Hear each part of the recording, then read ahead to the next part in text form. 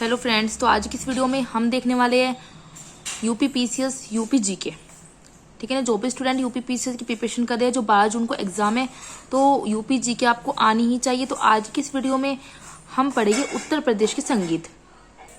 UP में कौन कौन से संगीत होते हैं। उत्तर प्रदेश के जो संगीत होते हैं वो आपके एक तो शास्त्रीय संगीत होते हैं, एक होते हैं लोक संगीत। ठीक है। फर्स्ट हम पढ़ेंगे शास्त्रीय संगीत, उसके बाद आएंगे हम लोक संगीत। तो आपको ध्यान रखना है, जो संगीत के भी दो प्रकार होते हैं, एक होते हैं हमारे शास्त्रीय क्लासिकल और एक होते हैं लोक संगीत। ठीक है। शास्त्रीय संगीत में क्या होता है, भारतीय शास्त्रीय संगीत की जड़ें नाट्य शास्त्र में निहित होती है। हम कह सकते हैं कि जो शास्त्रीय संगीत की उत्पत्ति हुई है वो हमारी नाट्य शास्त्र से हुई है। अब वर्तमान में जो भारत का शास्त्रीय संगीत है, इसको भी दो विधाओं में बांट दिया गया है। पहली विधा आ जाती है हिंदुस्तानी संगीत पद्धति, दूसरी आ जाती है कर्नाटक संगीत पद्धति। ठीक है। अब जो हमारा उत्तर प्रदेश का शास्त्रीय संगीत है वो हमारा कौन सी पद्धति पर बेस्ड है, तो वो हमारा हिंदुस्तानी संगीत पद्धति पर चलता है। हिंदुस्तानी जो संगीत पद्धति है, ये सिस्टम जो है उसकी भी 10 विधाएं है। अब 10 विधाएं आपको अच्छी तरह से याद कर लेनी है कि इसकी कौन कौन सी विधाएं है। तो वो है आपकी ध्रुपद। अब जो मैं आपको ये बता रही हूँ ना, ये क्या होती है 10 विधाएं, मतलब हिंदुस्तानी संगीत पद्धति को गाना गाने का, मतलब गीत गाने का एक तरीका है। जैसे ध्रुपद, ख्याल, ठुमरी, तराना, धमाल, होली, ठप्पा, चतुरंग, रससागर, सरगम। ये आपको रट लेना है। ठीक है ना। किस तरह याद करोगे, ध्रुपद, ख्याल, ठुमरी, तराना, धमाल, होली, ठप्पा, चतुरंग, रससागर, सरगम।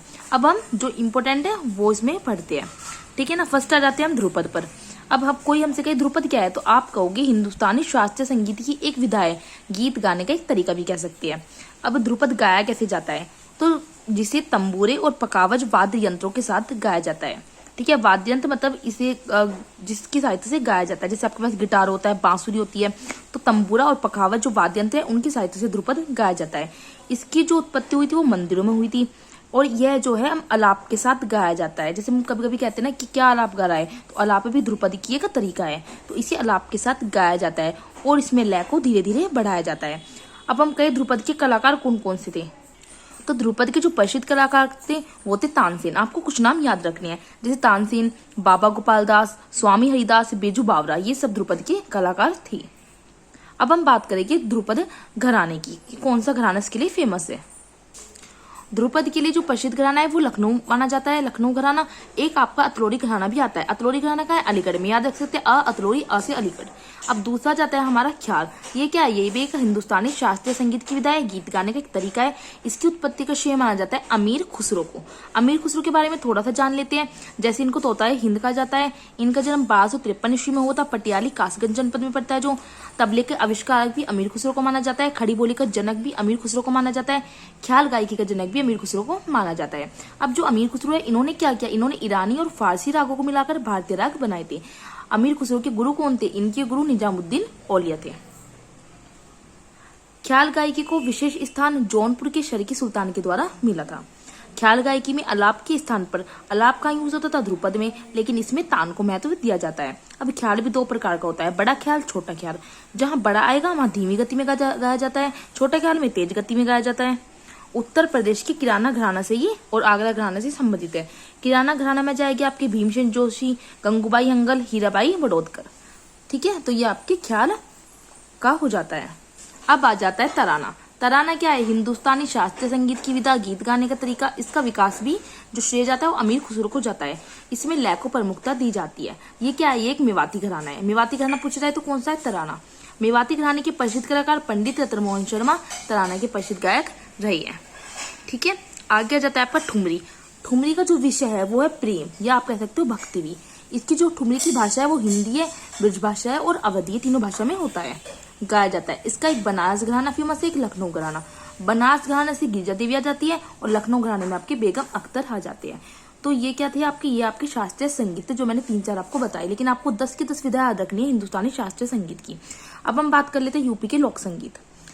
लोक संगीत का मतलब क्या होता है, जो आम जनमानस होती है, आम जनता होती है, उनकी भावनाओं को, प्यार को प्रकट करने के लिए स्थानीय स्तर पर जिसको गाया जाता है उसको हम क्या कहते हैं, लोकगीत या लोक संगीत। फर्स्ट आ जाता है इसमें गजरी।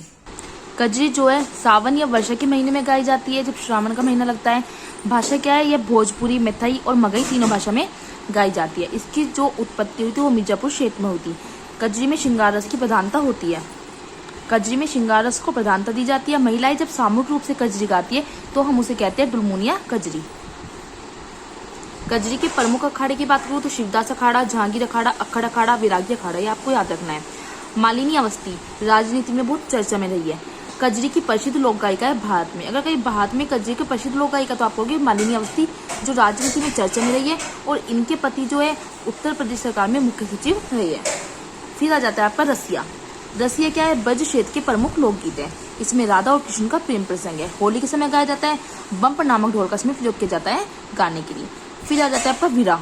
वीरा लोकगीत है। ये पूर्वी उत्तर प्रदेश का लोकगीत है। इसे प्राय यूपी के पूर्वांचल के यादव समुदाय द्वारा गाया जाता है। वीरा यादव समुदाय द्वारा गाया जाता है।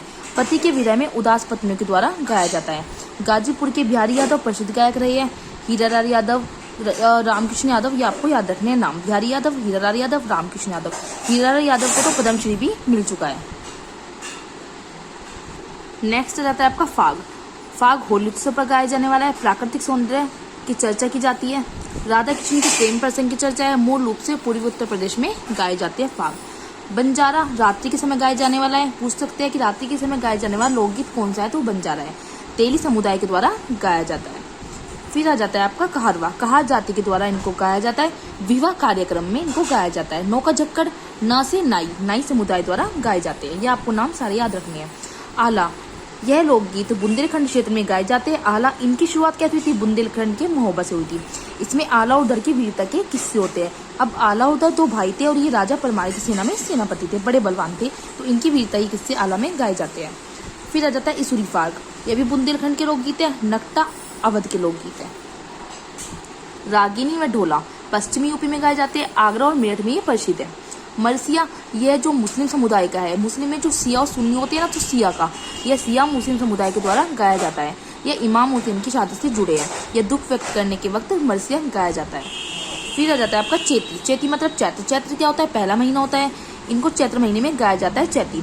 चैत्र महीने में भगवान श्री राम का जन्म होता है। इसका विषय प्रेम, प्रकृति, होली उत्सव होता है। चैत्र का महीना कैसा होता है? सुहावना होता है। यह एक पवित्र महीना माना जाता है। शुभ काम करते हैं चैत्र के महीने में। नव दुर्गा भी इसी महीने में होती है। अब अगर हम 9 महीने की बात करें तो इसको वाराणसी, प्रयागराज, अयोध्या, गोरखपुर में गाया जाता है। 9 महीने में फर्स्ट आपका चैत्र आ जाता है। फिर बैसाख, ज्येष्ठ, आषाढ़, सावन, भाद्रपद, अश्विनी, कार्तिक, मार्गशीर्ष, पौष, माघ, फाल्गुन, ये आपके 12 महीने जो आपको लर्न कर लेनी है। तो आपके यहाँ पर शास्त्रीय और लोक संगीत कंप्लीट हो जाते हैं। मैं एक बार स्टार्टिंग से आपको वीडियो दिखाऊंगी। आपको वीडियो को पॉज कर लेना है और अगर आप नोट्स बनाना चाहते हो तो आप बना सकते हो। काफ़ी इजी लैंग्वेज में मैंने नोट्स बनाए हुए हैं, तो आप भी वीडियो को पॉज करके अपने नोट्स बना सकते हो। आपकी भी हेल्प हो जाएगी, क्योंकि आप अगर यूपी पीसीएस की प्रिपरेशन कर रहे हो तो यूपी जी के आपको आनी चाहिए। और जो संगीत के बारे में उत्तर प्रदेश के कौन कौन से संगीत होते हैं आपको पता ही होना चाहिए। वीडियो अच्छी लगी तो लाइक करना है, शेयर करना और कमेंट्स करके मुझे जरूर बताना है।